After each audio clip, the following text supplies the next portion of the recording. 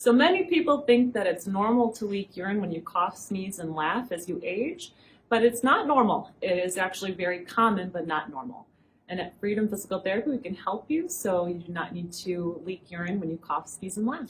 So pain with urination can be termed painful bladder syndrome. And many people go to their physician thinking they have a urinary tract infection when in fact, after their urine is cultured, it comes back negative to their surprise.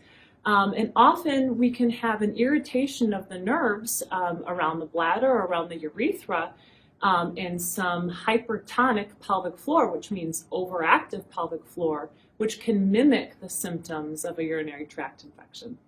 While everybody's anatomy is different, a lot of times people think that they have a smaller bladder, which makes them urinate more often and sometimes even have a hard time making it to the bathroom on time.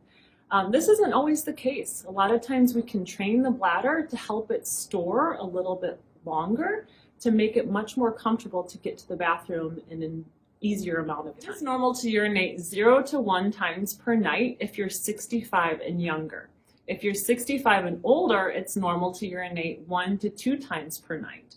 If you're waking up more than that, then there is a problem. I commonly hear in the clinic that urinary urgency is worsened after you have kids, meaning you have to go to the bathroom urgently and more frequent than usual.